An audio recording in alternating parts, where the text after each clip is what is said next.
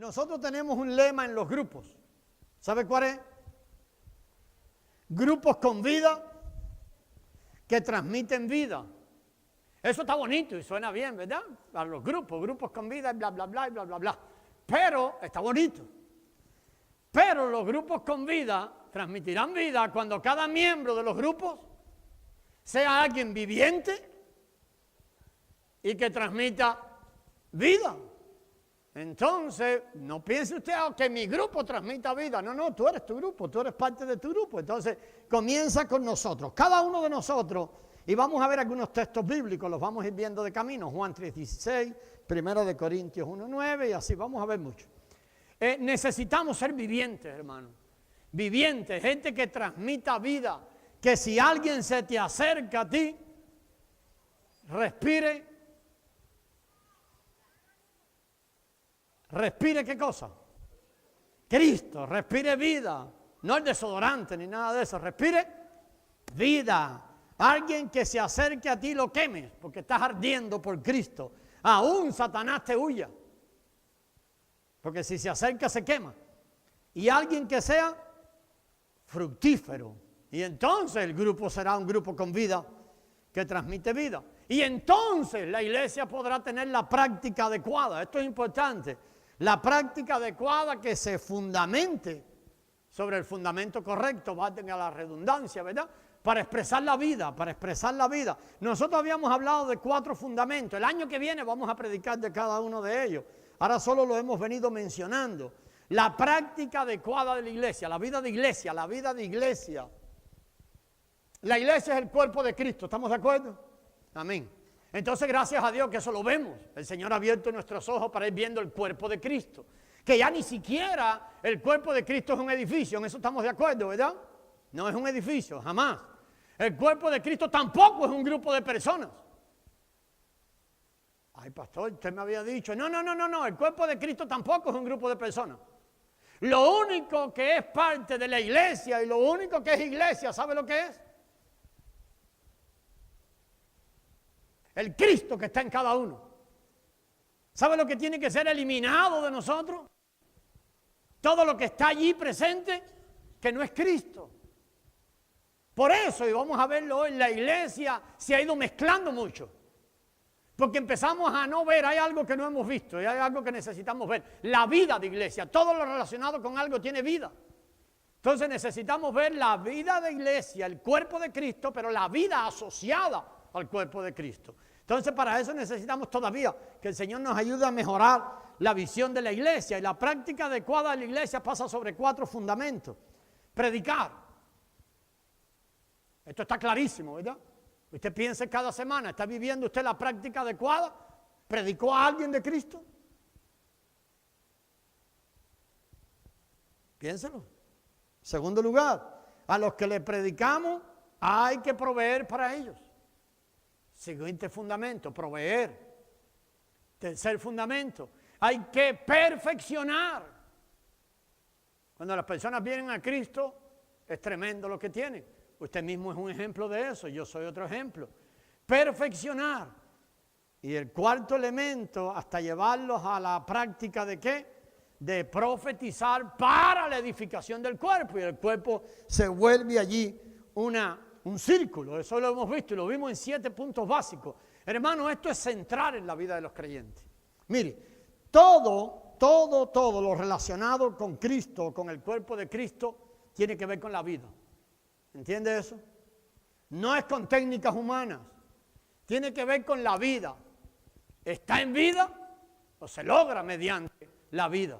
Y cuando estamos hablando de la vida, ¿sabe de quién estamos hablando, verdad? De aquel que dijo, yo soy el camino, yo soy la verdad y yo soy la vida. Todo en su cuerpo tiene que ver con la vida. Todo en su cuerpo está en vida. Por eso hay que eliminar la mortandad. Por eso tenemos que odiar la mortandad. Usted tiene que odiar todo comportamiento que traiga mortandad a su interior. Tiene que huir de ahí. Así que es importante eso, ¿verdad? Vimos, hermanos, 4 cosas importantes. Mire, vimos lo primero que vimos, la pelotita que está arriba. Yo no sé si se ve bien. No se ve casi nada. Yo creo que era roja. Es que aquí, si no, ahí dice lo primero que tiene que ver, ¿qué es? Tiene que ver, y todo esto tiene que moverse junto, porque tiene que venir por algo metabólico. ¿Qué quiere decir esto? El cuerpo de Cristo, la vida de Cristo que viene a nosotros, tiene que empezar a hacer ¿qué? En nosotros. Añadida, muy bien, pero para que sea metabólicamente añadida, no externa. Mucho hemos hablado de esto en la parte externa, pero la vida de Cristo tiene que ser incorporada. Acuérdense que lo comparamos con los alimentos. Usted come un alimento, pero ¿qué tiene que pasar con el alimento? Tiene que ser digerido y después que lo digiera, tiene que ser asimilado. Acuérdese que el alimento cae, viene un proceso de asimilar, para que sea que lo asimilado es incorporado en usted. Porque si usted solo lo digiere y lo bota, verá una persona raquítica, flaca, no crece. Entonces tiene que venir y tenemos que pasar por el necesario proceso de ser constituidos. Constituidos. Cristo viene a nosotros para ser constituidos. Esto se trata de una transformación metabólica, de tal manera que todo dentro de nosotros sea Cristo. Ese material tiene que seguir creciendo y así se produce el crecimiento de la iglesia. La vida es añadida y día a día tiene que ir siendo añadida. Así es como viene, en definitiva, la transformación. Nosotros cantamos una bonita canción ahorita que decía, cámbiame. La mayoría del cristianismo piensa en ser cambiado. Llego aquí, me voy afuera y ya cambié. Eso es una gran mentira.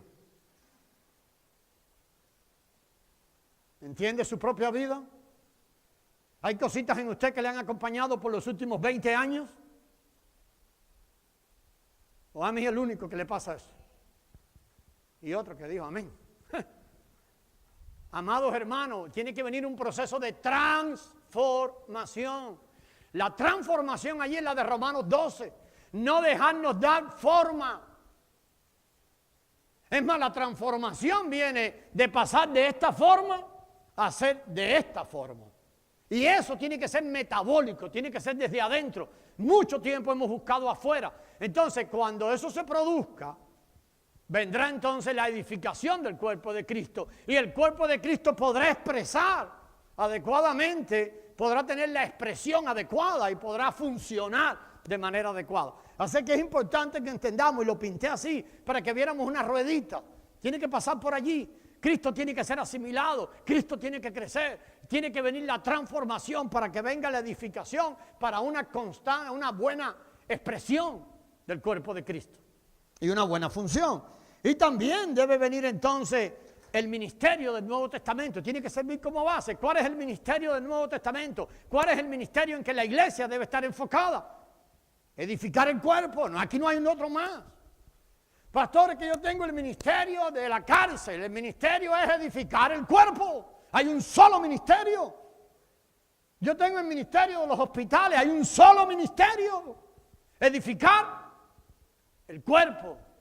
Entonces le hemos puesto ministerio a cualquier cosa. No, hay un ministerio en la Escritura. Edificar el cuerpo de Cristo. En la Escritura también hay una enseñanza de los apóstoles. ¿Sabe cuál es? Toda la Escritura. Toda la Escritura. Toda la Escritura. Llamamos a la Biblia ¿cómo?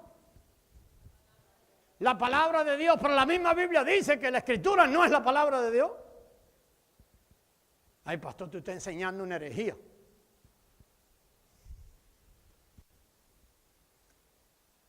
¿Quién es la palabra de Dios? Claro que cuando abrimos la Escritura, revela a Cristo. Amén. Pero esta es la Escritura. ¿Quiere ver el valor que tiene? Sácale a Cristo. Y si le saca a Cristo, ¿qué hay aquí? Un libro. Entonces, la Escritura. La Escritura. Tenemos que entender eso. Cuando se refiere a lo que nosotros llamamos, y mal traducido por años de los católicos, cada versículo que dice la palabra de Dios y pone la Biblia, se refiere a una persona. No había Biblia todavía escrita. No había ni siquiera el canon bíblico formado. No lo había. Entonces muchos pasajes que vemos allí no tienen nada que ver con el libro. Claro, tiene un carácter profético. La Biblia apuntaba que un día habría un canon bíblico, pero es importante que tengamos la enseñanza de los apóstoles. Hermanos, por mucho tiempo, hermana Gladys, hemos separado. Yo le doy testimonio. A mí eso me hizo un enredo muchos años en la cabeza. Mi gran trabajo, Dios conmigo, ha sido deshacerme de todo eso, porque me acercaba a la Escritura. Esto es para el Antiguo Testamento. No, esto es para el Nuevo. Esto no tiene nada que ver con ahora. Entonces Dios ha pasado mucho trabajo para hablarme. ¿Y por qué? Porque yo había puesto filtros. Y peor, otros filtros más doctrinales. Y esto es bautista, y esto es pentecostal, y esto no es para ahora, y esto es para acá, y esto es para allá. Es un enredo en la mente tremendo. Entonces, cuando usted empieza a deshacerse de esos filtros, la Escritura empieza a revelar la palabra entonces. Y esto es importante, la Escritura, la enseñanza de los apóstoles está contenida en la Escritura. Y también hablamos de la comunión de los apóstoles. Y esto es básico en la iglesia. Los apóstoles hablan y apuntaban ellos mismos a la comunión de cada uno con Dios. A la comunión que ellos mismos tenían con la iglesia. Y a la comunión que los miembros de la iglesia tienen entre ellos. Sin comunión en los miembros de la iglesia es un problema para que la iglesia pueda ser edificada. Recuerden eso siempre. Necesitamos comunión, necesitamos estar juntos. A ver, comunión viene de una palabra muy sencilla. Común, unión. Y es en la comunión, es en mutualidad, donde la iglesia es edificada. Un principio fundamental en el nuevo pacto. Nosotros somos del nuevo pacto, ¿sí o no? Amén. Él sabe lo que dijo el Señor Jesucristo, desde antes, en el Antiguo Testamento, lo que dijo el profeta Jeremías, lo que dijo el profeta Ezequiel. Cuando venga el nuevo pacto, ustedes van a ser mi pueblo. Yo voy a ser mi Dios, su Dios. Ok. Ahora, nadie va a necesitar que nadie lo enseñe. Entonces, ¿para qué usted necesita pastor? Para casi nada. Pero ¿qué es lo que hemos hecho a través del tiempo? Yo voy a la iglesia el domingo para que el siervo de Dios me enseñe. Pues están más equivocados, más perdido que Adán el día de las madres. Piensen en Adán buscando a su mamá el día de las madres. Así está la iglesia. El apóstol Juan decía a la iglesia, porque la unción misma os enseñará todas las cosas. Entonces hay una unción interior que es una provisión del nuevo pacto para enseñarnos a caminar en el nuevo pacto. Entonces tenemos que fundamentarnos sobre esas bases, hermanos, para ver entonces la importancia de la expresión de los grupos con vida. Hermano, cada grupo tiene que expresar la vida de Cristo. Quiere decir eso, que cada creyente tiene que expresar la vida de Cristo. Lo vamos a mirar ahorita un poquito. Por eso hicimos un recorrido del mover de Dios, o estamos haciendo, un recorrido del mover de Dios a través de la historia. Dios se ha movido en la historia en 4 etapas. Podemos encontrarlas en la Escritura. 4 etapas. Hasta una culminación final. Dios se está moviendo en la historia, pero se está moviendo ¿para qué? Cumplir su propósito. ¿Y cuál es su propósito? Esta mañana, hermano, yo estaba repasando sobre esto muy tempranito y estaba diciendo, ¿sabe qué? Señor, el Señor me estaba diciendo esto. Mucha gente en la iglesia está como el que se monta en un carro y no sabe para dónde va. Se imagina que usted se monte en un carro ahí en el parqueo ahora y cuando usted se monte en el carro, dice, ¿para dónde voy? ¿Qué pasará con usted? Aún cuando salga manejando. ¿Y para dónde voy? La iglesia casi siempre va para el cielo. ¿Sí o no? Pero la Biblia dice que el Señor viene a la tierra. ¿Te parece que estamos al revés? ¿Nos vamos para el cielo o viene la nueva Jerusalén para la tierra? ¿Qué es lo que nos pasa? ¿Qué es lo que nos pasa? Necesitamos entender el mover de Dios. Dios se ha movido en la tierra para cumplir sus sueños, no los sueños de nosotros. La mayoría del cristianismo cree que Dios debe cumplir sus sueños. La mayoría del cristianismo es humanista. ¿Quién quiere decir humanista? ¿Quién está en el centro? ¿El hombre? No. El centro y el mover de Dios es para cumplir su propósito eterno. El mover de Dios también llevará a la culminación final. ¿Cuál es la culminación final? ¿Usted recuerda Apocalipsis 21 y 22? Tiene que leer más la Biblia.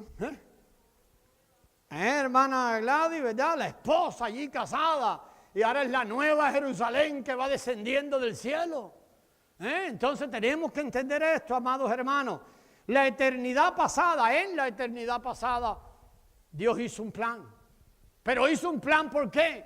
Esta semana debemos haberlo visto en los grupos. ¿Sabe por qué? Porque había un deseo en su corazón. Y como él tenía un deseo en su corazón, ¿qué hizo? Llevó adelante un plan. ¿Conforme a qué? A aquello que traía satisfacción a su corazón. ¿Estamos de acuerdo, hermano? Esto es básico para entender el expresar la vida. Hay un plan en el corazón de Dios. Su plan eterno pasa por 4 etapas. Las vimos la semana pasada, las 4. Aunque las hemos ido viendo y las vamos a ir viendo. La semana pasada vimos 2. Primeramente, él trabajó con la raza de ¿quién? De Adán. La raza de los creados. Pero con la raza de los creados, ¿qué quería él? Que ellos comieran del árbol de la vida. ¿Pero qué pasó con ellos? No comieron. Dios desechó la raza de los creados. Y después trabaja con la raza de ¿quién? De Abraham, la raza de los llamados. Amén. La raza de los llamados se extiende todo lo que conocemos como el Antiguo Testamento. ¿Cuál era el centro de Dios con la raza de los llamados? ¿Qué quería? Con la raza de los llamados. Llevarlos a un lugar. Toda la historia que usted ve en el Antiguo Testamento, ¿de qué trata? De llevar al pueblo a un lugar. Lo que llamó él, ¿qué? La tierra prometida. ¿Cómo más se llamaba? Canaán. ¿Cómo más se llamaba? La tierra que fluye leche y miel. ¿Cómo más se llamaba? La buena tierra. Todo el trato de Dios con su pueblo era llevarlos a la buena tierra. Todo el trato de Dios con Adán era que comiera del árbol de la vida. Dios crea a Adán y lo crea para que Adán tenga señorío, para que Adán domine.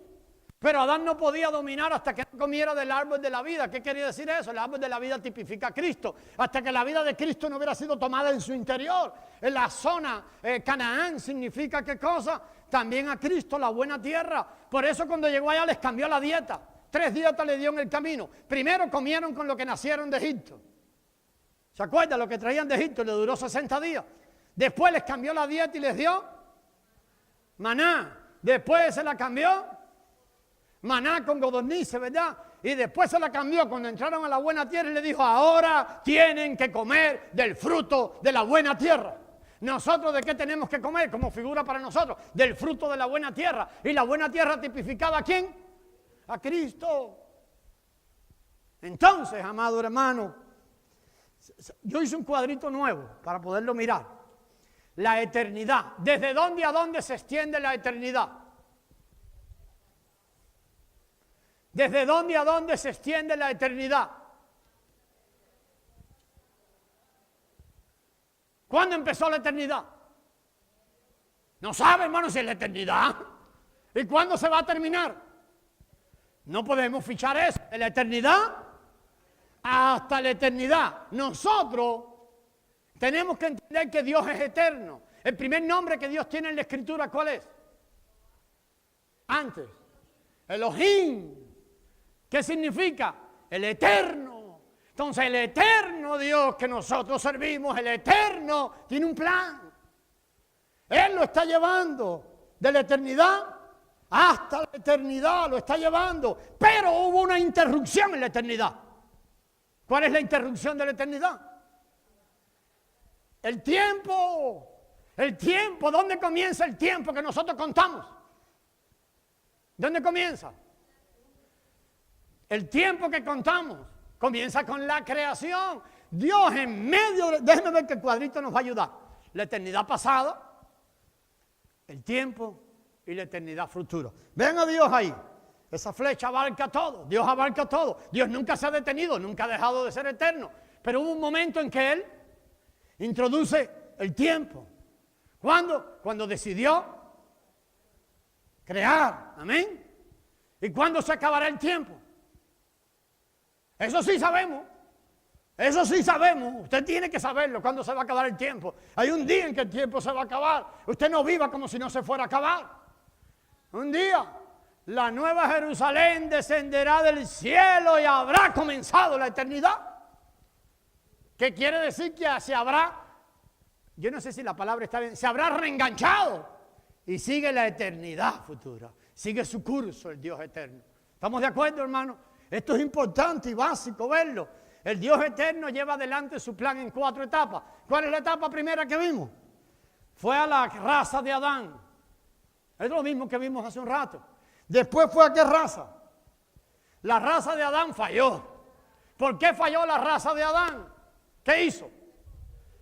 No comió del árbol de la vida, sino que comió del árbol del conocimiento del bien y el mal. Oh, pastor, pero esa fue la raza de Adán. La mayoría de la iglesia sigue comiendo allí. Yo recibo llamadas todos los días. Hermano pastor, ¿usted cree que es bueno, que es malo? ¡Ah, te estás comiendo el árbol del conocimiento del bien y el mal! Aquí no se trata de bueno o malo. ¿Sabe de qué se trata? ¿Qué dice la vida interior? Pero como no hay comunión con la vida, es más fácil llamar al pastor para preguntarle si está bueno o está malo. Es la vida que tiene que guiarnos, ¿sí o no? Él ha venido a ser nuestra vida. Entonces Él tiene que guiarnos. Y hasta que no te guíe no hagas nada. Entonces, la raza hoy, la iglesia, que es hoy vivimos en la época de la iglesia, la etapa de la gracia. Pero seguimos usando un fundamento que hizo caer a la raza de Adán. La raza de Adán fue desechada. No comió del árbol no comió del árbol, comió del conocimiento. Y la raza de que siguió después, ¿cuál fue? La de Abraham, los llamados. ¿Qué pasó con los llamados? Tampoco entraron a la tierra prometida. ¿Qué hicieron? ¿Por qué no entraron? Empezaron a desobedecerle, empezaron a hacerlo a su manera. Oh, pastor, pero eso pasó con la raza de Abraham. Oh, la iglesia sigue así. ¿A cuántos de nosotros el Señor le ha hablado claro una palabra y demoramos 20 años para humillarnos delante de Dios? Y demoramos 3 años para humillarnos delante de Dios. La iglesia sigue así. Ahora, la próxima generación, ¿cuál es? La iglesia, muy bien. El Señor desechó la raza de Adán, desechó la raza de Abraham, los llamados. Y ahora dice, me voy a tomar un cuerpo. Mire qué tremendo. Voy a trabajar con mi propio cuerpo. Esa es la iglesia. ¿Ve que hay una visión diferente a la iglesia? Me voy a tomar un cuerpo y con ese cuerpo mío voy a llevar adelante mi plan. Pero hay otra etapa después. ¿Cuál es? Una etapa muy escondida. La etapa de los vencedores. No la vamos a ver hoy. Hoy vamos a ver un poquito de la iglesia. Déjenme enseñarles algo ahí en el medio. En el medio, entre la 2 y la 3, se levanta una cruz. Al final del trato de Dios con los llamados y el comienzo de Dios con la iglesia, ¿cuál fue? El Calvario.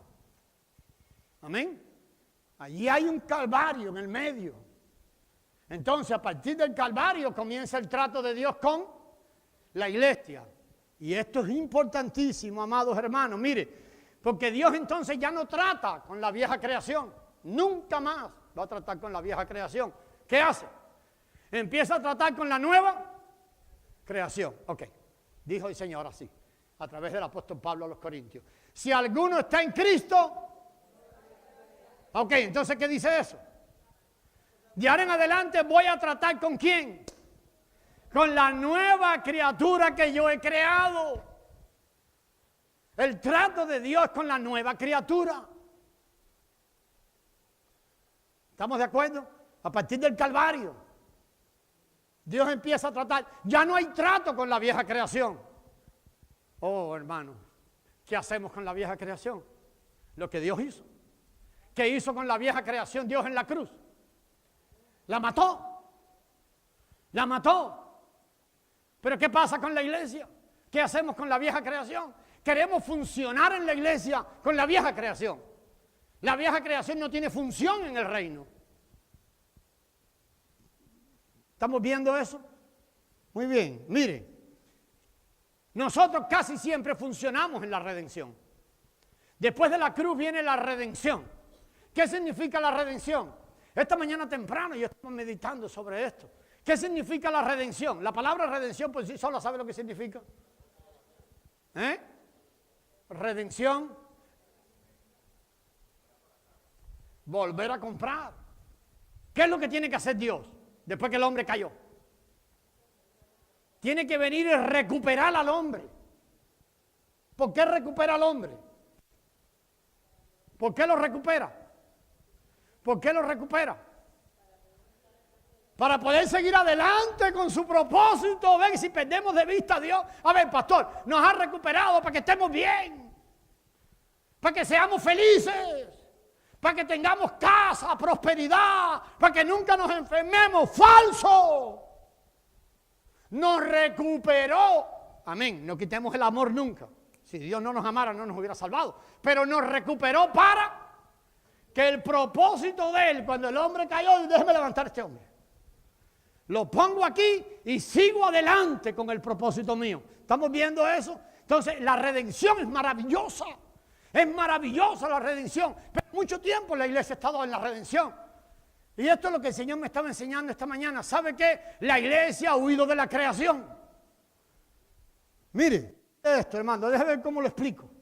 Redención. Si maravillosa es la redención, maravillosa fue la creación.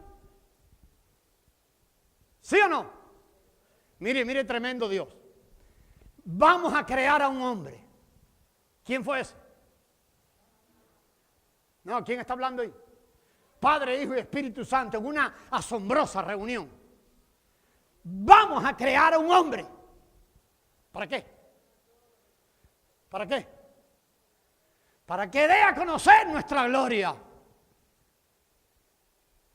Ok, mire ahora lo que dice. Vamos a crear ese hombre. Mire qué maravilloso la creación. Lo vamos a crear a nuestra imagen. Eso es fabuloso, hermano. Ese es el modelo de hombre que Dios crea. ¿Eso es fabuloso o no es fabuloso? ¿Eso tiene más valor que la redención? No, yo no estoy diciendo que tiene más. Pero estoy diciendo que no podemos equiparar, tenemos que equipararlo. La redención, entonces, ¿qué es lo que busca? Recuperar al hombre caído y llevarlo al lugar en la creación. ¿Ve? Por eso siempre digo, tenemos que regresar a Génesis. Génesis 1 y 2. Entonces tenemos que equiparar esto. Redención y creación. No podemos seguir mirando solo el lugar del Evangelio. La mayoría de la gente, ¿qué piensa? El Evangelio es, Dios viene, nos salva y ya no vamos al infierno. Pero ese no es el Evangelio. Esa es la parte del Evangelio que beneficia al hombre. Déjenme enseñar esto más. El Evangelio tiene dos caras. Una es totalmente beneficiaria para el hombre. ¿Cuál es? Bueno, mija, mijo, te voy a salvar y no vas a pasar la eternidad en el infierno. Te voy a liberar del azufre y toda esa historia, ¿verdad? Entonces, qué hermoso para el hombre. Pero ¿y la otra parte cuál es? El plan de Dios. Espérate, mijo, sí, yo te voy a liberar y todo eso. Pero la otra parte tiene que ver con el propósito del Padre. Entonces, si hemos hecho tanta fuerza en una sola cara del Evangelio, la mayoría de la iglesia, ¿qué piensan? Ya estamos bien, hermano. Ya somos salvos. Aquí entre nosotros, hay quien me ha dicho a mí, no importa, ya yo me voy a salvar, aunque sea por los pelos, me salvo, estoy bien. Nunca, nunca se cumplirá el propósito del Eterno en alguien que piensa así. La necesidad de Dios, el corazón de Dios no estará satisfecho. ¿Hasta cuándo? Hasta que no vea al Hijo en ti. Hasta que no vea al Hijo sobre la tierra. Hasta que la tierra no sea inundada del Hijo. ¿Estamos de acuerdo? Entonces, en el Evangelio no podemos seguir mirando una cara. Vamos a ver un poquito la iglesia. Ya vimos la raza de Adán, la raza de Abraham, y ahora comenzamos el mensaje. Esto está tremendo. Dios no podrá lograr su propósito, no pudo lograr su propósito con la raza de Adán, no pudo lograrlo con la raza de Abraham, no pudo. Y ahora dice, lo voy a hacer con la iglesia. La iglesia es mi cuerpo. Dios se prepara un cuerpo. ¿Podrá el cuerpo de Cristo terminar el plan de Dios? ¿Podrá? A ver, hermanos, juntos. ¿Cómo ven ustedes la realidad de la iglesia hoy? ¿Cómo la ven? No se vuelvan unos críticos. Pero pensemos. La realidad de lo que llamamos iglesia hoy. ¿Está la iglesia hoy revelando al Hijo? Yo ayer vi una noticia. 17... Esto yo no sé, yo me acuerdo ahora si fue en Afganistán o fue en Egipto. Un atentado contra un grupo de cristianos. Yo no sé si fueron 27 o 37, un montón. Entonces, dije, déjeme ver esto. Pero enseguida vi 37 cristianos coptos. Tal vez ustedes lo oyeron. Es mentira que son cristianos. Ay, pastor, pero usted es un criticón. No son. ¿Qué es lo que está pasando hoy? Los cristianos coptos es un grupo católico. Ay, pastor, usted está diciendo que los católicos no son cristianos. Yo estoy diciendo que para ser cristiano hay que estar en Cristo. Cristiano solo es Cristo. ¿Estamos de acuerdo? Basta ya de decir que cristiano es alguien que se llama cristiano. Cristiano es alguien que tiene la vida de Cristo y vive por la vida de Cristo. ¿Estamos de acuerdo? No un nombre de una religión. Entonces, amados hermanos, tenemos que pensar en esto. ¿Cuál es la realidad de la iglesia? ¿Qué hace Dios? Bueno, voy a escoger un cuerpo. Me lo voy a escoger yo mismo. Me voy a escoger un cuerpo. Ahora, ¿cómo lo haría? Muy bien. Cristo mismo como el centro y la meta. Ese cuerpo que yo me escoja es el cuerpo ¿de quién? De Cristo. Ese cuerpo, la meta mía con la iglesia. ¿Cuál es el trabajo de Dios con la iglesia siempre? Mejorarnos en este mundo, que tengamos muchas propiedades, cuenta en el banco, siempre sanos, los hijos de nosotros, los hijos de Hollywood, peliculita muy bonito, la mamá, el papá, los 3 hijitos, el perrito, todo el mundo el domingo. Eso es falso. Dios crea su cuerpo y dice ahora, la meta de Dios era esta. Voy a obtener mi hijo en ese cuerpo. Mi hijo lo tengo que obtener ahí. Mi hijo de esa gente. Por eso es el cuerpo de Cristo. Mi hijo. El final del proceso de Dios con la iglesia, ¿cuál es? Obtener al hijo. Amén. En cada miembro de Cristo.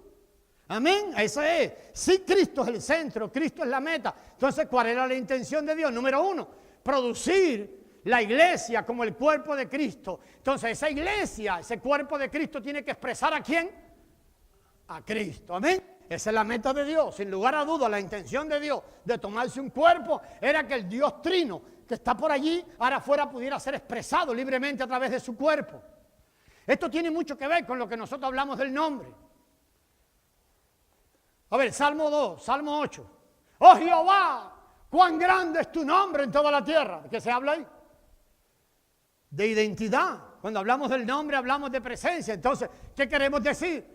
La iglesia tiene que revelar a Cristo. Y el deseo de Dios es que el cuerpo de Cristo revele lo que Dios es en su interior. La gloria de Dios sea vista a través de ¿quién? De la iglesia. Amén. Ese es el deseo de Dios. Segundo lugar, la consumación de su plan. La consumación de su plan. Entonces, esa es la intención de Dios. Lo trató de hacer con la raza de Adán, no pudo. Lo trató de hacer con la raza de los llamados, la Abraham, no pudo. Ahora voy con la iglesia.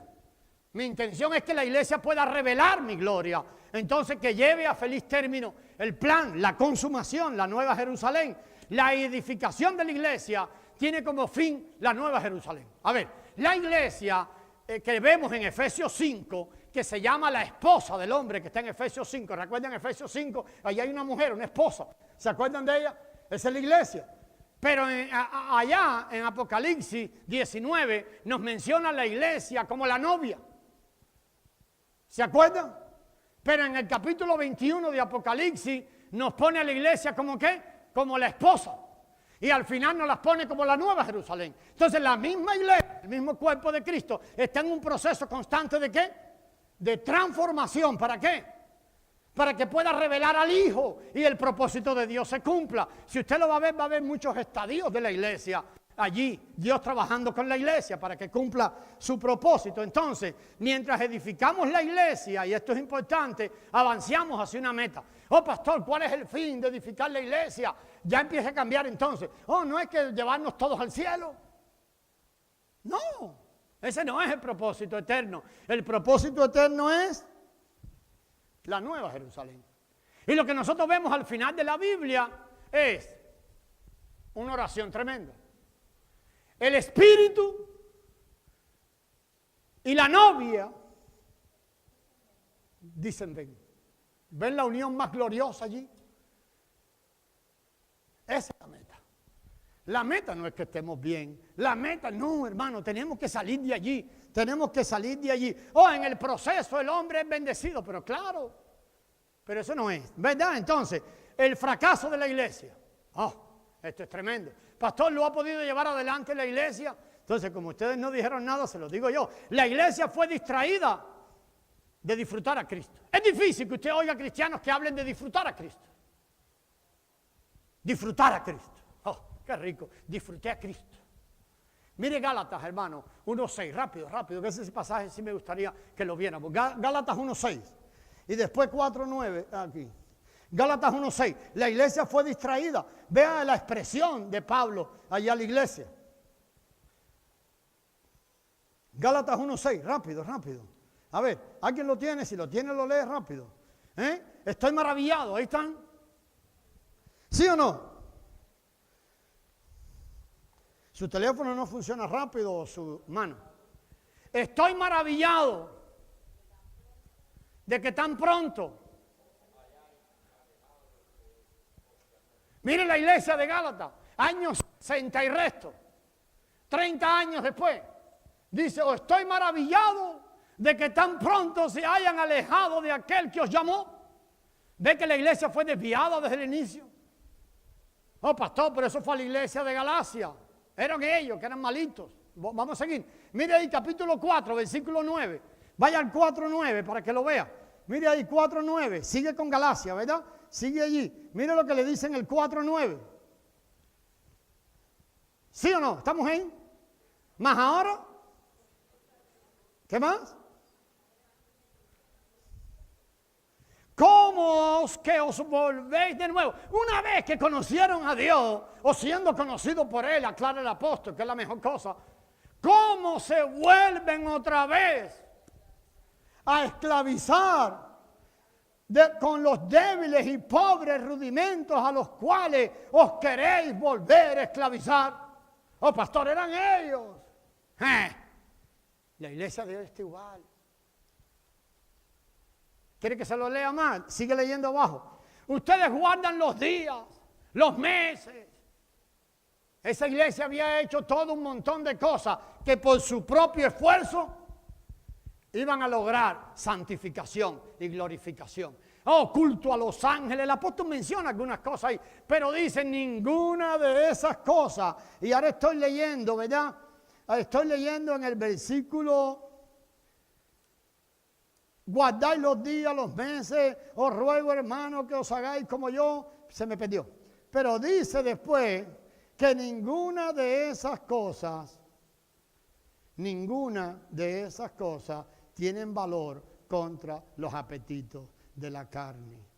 Mire, hermano, mire el versículo 19. Hijitos míos, por quienes vuelvo a sufrir dolores de parto hasta que Cristo sea formado en vosotros. El apóstol retoma el propósito de Dios. Oh, Dios se separó un cuerpo para formar a Cristo en ustedes, pero hay dolores de parto en mi corazón. ¿Sabe por qué? Porque no, bueno, dolores de parto en sus entrañas, no en el corazón. ¿Por qué? Porque no veo al Hijo. No veo al Hijo, entonces el propósito del Padre no se está cumpliendo. ¿Estamos viendo? La iglesia, hermano, fue distraída de disfrutar a Cristo. Pastor, pero solo estoy usando un ejemplo de Galacia. Déjenme aguantar un poquito, ahorita vamos a seguir. La iglesia llegó a ser un cristianismo mezclado. Este es el que yo buscaba. Mire Colosenses 2. Rápido, rápido ahí. Ejerciten sus dedos, su espíritu. Colosenses 2, 20 y 21. Mire ahí, este es buenísimo. Vamos, murieron con Cristo a los rudimentos del mundo. Eso es un hecho. Está en pasado. ¿Sí o no?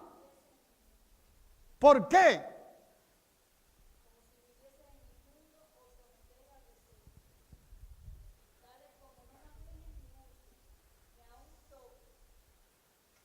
En conformidad a mandamientos y doctrinas de hombres. ¿Qué pasó con la iglesia? Se llenó de doctrina y de mandamientos humanos. ¿Lo ha visto en la iglesia de hoy? El domingo hay que venir a la iglesia con corbata. Las mujeres tienen que dejarse los pelos.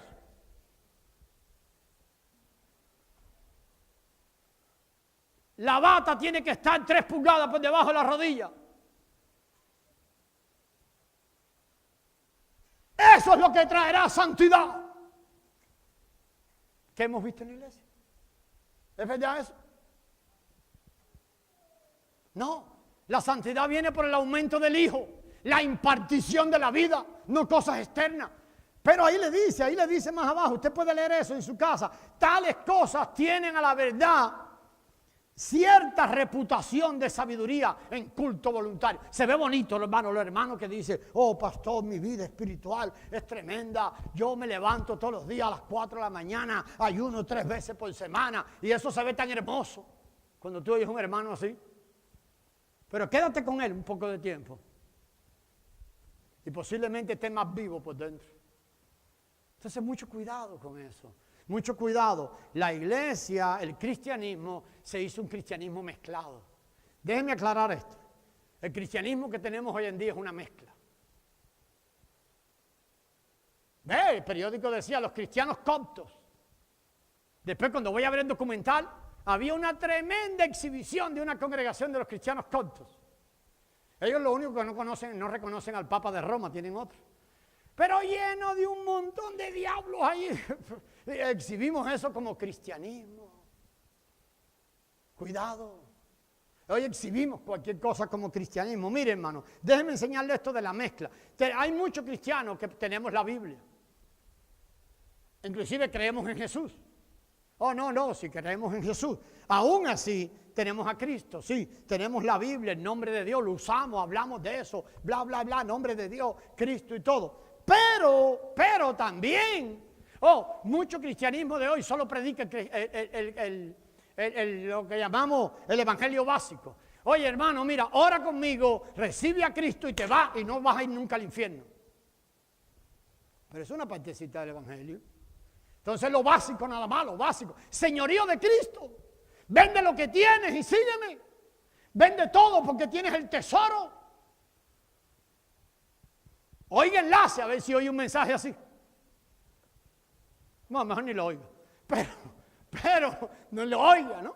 Porque lo que va a oír, dame dinero y te vas a ganar un galardón de la tarjeta de crédito, la tarjeta de oro, la tarjeta de plata, de platino. Y al pueblo de Dios le encanta eso.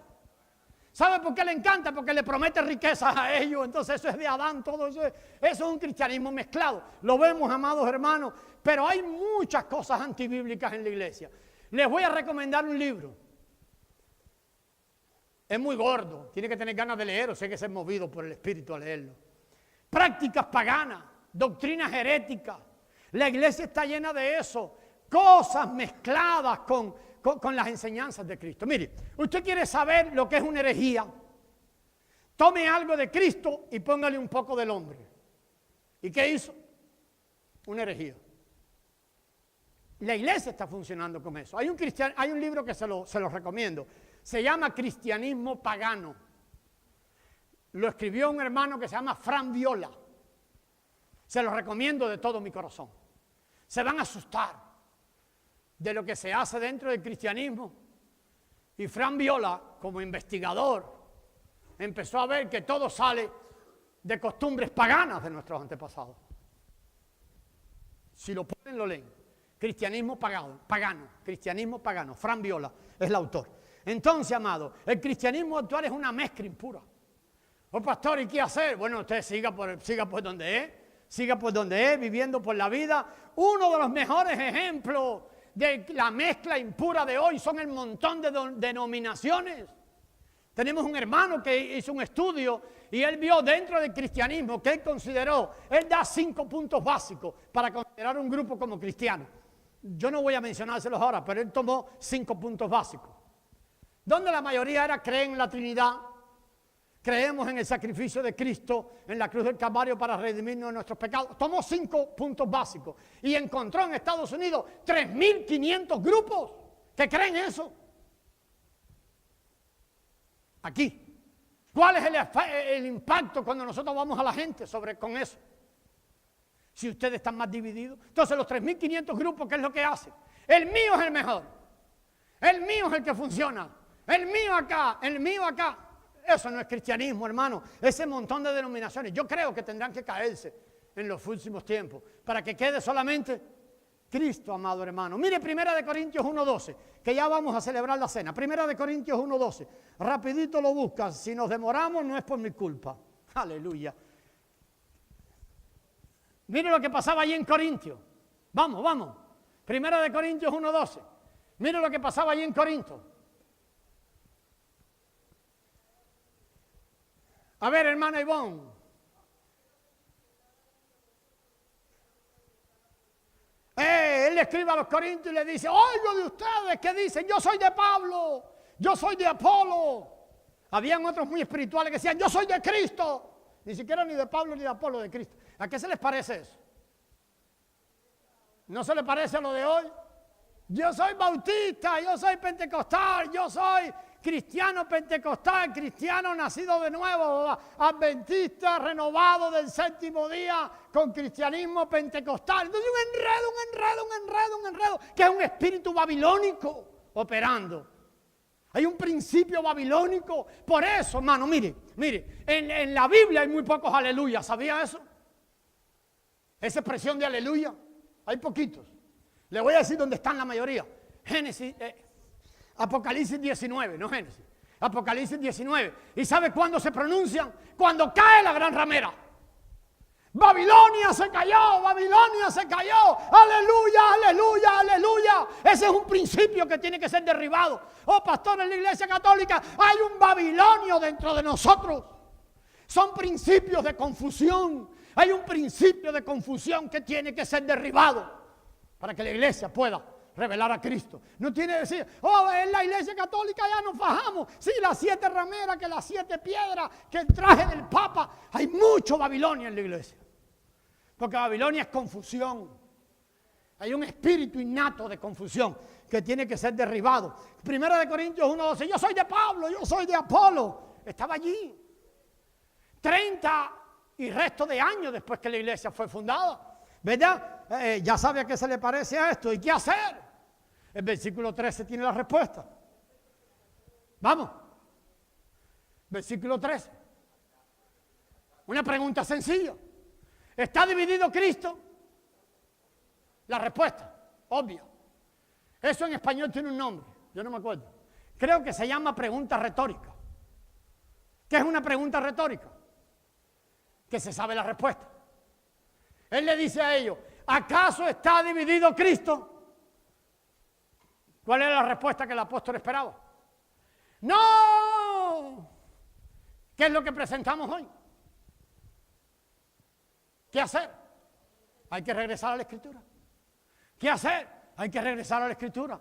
¿Qué hacer, amado hermano? ¿Qué hacer? ¿Qué hacer? Cristo tiene que ser el único centro. Oh, pastor, pero... Mire, pastor, yo lo sé. Le voy a decir esto.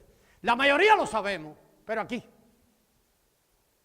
tiene que ser experimentalmente, de una experiencia interna. Aquí Cristo es el único. Y yo no voy a permitir, ni me voy a acercar a nadie, ni voy a permitir que entre yo y un hermano que esté en Cristo se levante una barrera. Porque Cristo tiene que ser el único. Amén. Gloria a Dios. Entonces, amados hermanos, el juicio de Dios. Ah, Dios no va a dejar la iglesia así. Pastor, pero Él lo tendrá por la iglesia. Ahí vamos. Condena a la iglesia caída. Dios la condena. Mire, que impide que la iglesia deformada disfrute a Cristo. Juan 2 es un ejemplo extraordinario. Apocalipsis 2 y 3. Algunos de ustedes yo veo que le tiran fotos a eso. Déjenme recordarle, todo eso está en la página web. Usted lo puede ver ahí. Yo veo una hermana tirando fotos, otra hermana. Eso está en la página web. Puede entrar ahí y verlo y lo ve completo, ¿verdad? Impide que la iglesia deformada. ¿Sabe lo que dijo Cristo? Juan 15, 2. A ver. Yo soy la vid. Ustedes los pámpanos. La vid y los pámpanos eran una misma cosa, ¿verdad? Ok. El que permanece en mí, yo en él, lleva mucho fruto. ¿Separados de mí? Ok, después dice, mi padre es el labrador. Entonces mi padre hará algo. Juan 15:2. Al que lleva fruto, vendrá y podará. Mire lo que Dios hará. Juicio sobre la iglesia. Empieza a podar. El que no lleve fruto, lo va a cortar. Son sus hijos. Pastor, para perdición, no para perdición, para disciplina. El que lleva fruto va a llevar más fruto. Entonces, por el obrar de Dios, se va a impedir. Dios va a impedir que hijos de Él lleven fruto. Oramos que el Señor abra los ojos nuestros y nos deje ver esto. La iglesia de Apocalipsis, la iglesia 2 y 3 de Apocalipsis, capítulo 2 y 3, comienza con Éfeso. Tal vez usted no lo recuerda, se lo digo. Éfeso 2, la iglesia de Éfeso, perdón, Apocalipsis 2, la iglesia de Éfeso. ¿Se acuerda? Lo que el Señor le dijo a la iglesia de Éfeso, tengo contra ti, es una iglesia tremendita, era buena, tengo contra ti, que has dejado tu primer amor. Esa es la degradación de la iglesia, comenzó allí. Pastor, la iglesia de hoy no. Hermano, déjeme decirle que las 7 iglesias de Apocalipsis eran iglesias tremendas, porque eran iglesias de candelero. Eran iglesias que Cristo se paseaba entre ellas. Esto no es jugando. Pero les dijo, han dejado su primer amor. ¿Dónde empieza la degradación de la iglesia? ¿Sabe cómo terminó la última de las iglesias? Apocalipsis 3:20, un pasaje que conocemos. Ay, Dios mío, vienen los niños. Apocalipsis 3:20. Yo estoy a la puerta. ¿Dónde empezó? Dejaron su primer amor. ¿Dónde terminamos? ¿O dónde terminó la iglesia? Echando al Señor para afuera. Apocalipsis 3:20 decía que el Señor tocaba en la puerta para que la iglesia le abriera la puerta. Entonces vemos la degradación. Se ha degradado la iglesia. Oh, ¿qué hará el Señor? ¿Qué hará el Señor? ¿Qué hará el Señor? Hermano, toda esa degradación es para que se levanten los vencedores. Déjenme hablar de esta última palabra. Un minuto más. En el mover de Dios mediante la raza de Adán, mediante la raza de Abraham, y luego la iglesia fue un fracaso. Déjenme quitar la palabra fue. La iglesia está haciendo un fracaso. Pero el Señor recuperará esto. ¿Sabe cómo lo hará? ¿Sabe cómo lo hará, hermano? Lo hará, y yo quiero que tú mires tu corazón. ¿Cómo te sientes con esto? ¿Cómo te sientes ver el fracaso de la iglesia? ¿Cómo te sientes ver la depravación de la iglesia? Te asfixia en tu interior. Te ahoga. 2000 años. 2000 años. 2000 años, hermano. Y la iglesia tiene forma de que vive. Pero dijo el Señor a una de las iglesias, Apocalipsis está muerta. No veo a mi hijo en la iglesia. Entonces el Señor recuperará la iglesia. Y lo vamos a ver la otra semana. ¿Sabe cuál es el obrar de Dios? ¿Sabe por qué la iglesia está así? Porque Dios espera por los vencedores. La tercera figura que hay en la iglesia de una mujer es la de Apocalipsis 12. Les ruego que estudien este pasaje. Hay una mujer pariendo allí. En Apocalipsis 12, a lo mejor lo recuerda. Hay una mujer pariendo y pariendo un hijo varón. Y no es Cristo, ni es el pueblo de Israel. Hay un hijo varón pariendo allí. ¿Sabe qué? Y hay un Satanás que se para adelante para impedir el nacimiento del hijo varón. Y la otra semana nos metemos un poco allí. Pero la solución de Dios son los vencedores. La solución de Dios son personas, amado hermano, que le arda el corazón al oír esto. Son personas que dicen, Señor, yo quiero el cumplimiento tuyo. Yo quiero el cumplimiento tuyo. Yo quiero darlo todo. Yo lo quiero dar todo, Señor. Yo me ofrezco a ti. Gente que consagra todo y le da igual perder todo. Gente que vive conforme a la salvación. La salvación siempre es un cambio de posición. La salvación. Nadie es salvo sin salir del mundo. De hecho, la salvación es que Dios nos sacó de Adán y nos puso en Cristo. Pero la solución de Dios son los vencedores. Un grupo. En cada era, de las 4 que hemos examinado, de las 3 que hemos examinado, de las 2 anteriores, Dios ha tenido un remanente. ¿Sí o no? En la era de Abraham, de Adán, hubo un remanente. ¿Quién fue? Noé y su familita. Ahí lo guardó, un remanente. En la era de Abraham, hay muchos remanentes ahí, pero dentro de Israel había nombres. Nosotros lo vemos a Gedeón, un vencedor. Pero vemos nombres, vemos a Moisés, vemos a Abraham, gente que los Josué, tipos de Cristo, todos vencedores. Dios siempre se guardó un remanente. Dijo aquel deprimido, ¿cómo se llama el profeta deprimido? Elías. No, ese era el llorón. Elías, 70, yo no sé cuánto, se me olvidó. Le cortó la cabeza a 400 profetas de Baal. 400, hermano, los desvió. Él solo, cuchillo le metió a los 400 cabezas. Oh, tremendo Elías. Y después se pone a llorar cuando Jezabel le dijo, ¿sabe qué? Te juro que donde te meta te reviento. Y salió huyendo, se metió en una cueva y comienza a llorar. Y un silbido apacible viene por él. Y le dice, Elías, el Señor llama a los vencedores, te está llamando a ti. Elías, ¿qué haces allí? ¿Qué haces llorando? ¿Qué haces quejándote del estado de la iglesia? Yo toda generación tengo vencedores, gente que se deje quemar por mí. Los ha tenido siempre y los va a tener. Y los vencedores necesitan ser levantados por la iglesia. Por el cuerpo, gente que ama el cuerpo de Cristo. Dice, por el cuerpo doy yo, por el cuerpo voy yo, Señor. Obra conmigo como quiera. La otra semana vamos a hablar más de los vencedores, pero esos son los vencedores. 400 profetas mataste, Elías. Y le tuviste miedo a Jezabel. Sal de la cueva. Y Elías salió. Y fue un vencedor. Es más, nosotros tenemos un vencedor. Nuestro hermano mayor fue un vencedor. ¿Lo sabía? ¿Quién es nuestro hermano mayor? Era Jesús. Sepárenmelo de Cristo. Era Jesús. Era Jesús. Era el hombre. ¿Y sabe dónde está el hombre? Oh, es precioso ver esto. ¿Sabe dónde está? En el trono. Fue glorificado. Él corrió como un vencedor. ¿Quién fue Jesús? Corrió como un vencedor. Lo hizo. Oh, pastor, tú dices eso. Jesús lo hizo como Dios. Falso. Él dijo, no tendré en ser igual a Dios como cosa a que aferrarse. Lo que vemos en Hechos 2, el Espíritu Santo derramándose sobre la iglesia. ¿Sabe por qué fue? Porque Jesús llegó al trono y cuando Jesús se sentó en el trono, lo que Dios tiene al lado es un hombre. Es a Jesús, el hombre que por el obrar de Dios corrió y ganó. Y se hizo uno con el Padre y se siente en el trono con el Padre. Pero ¿sabe lo que dice la Escritura?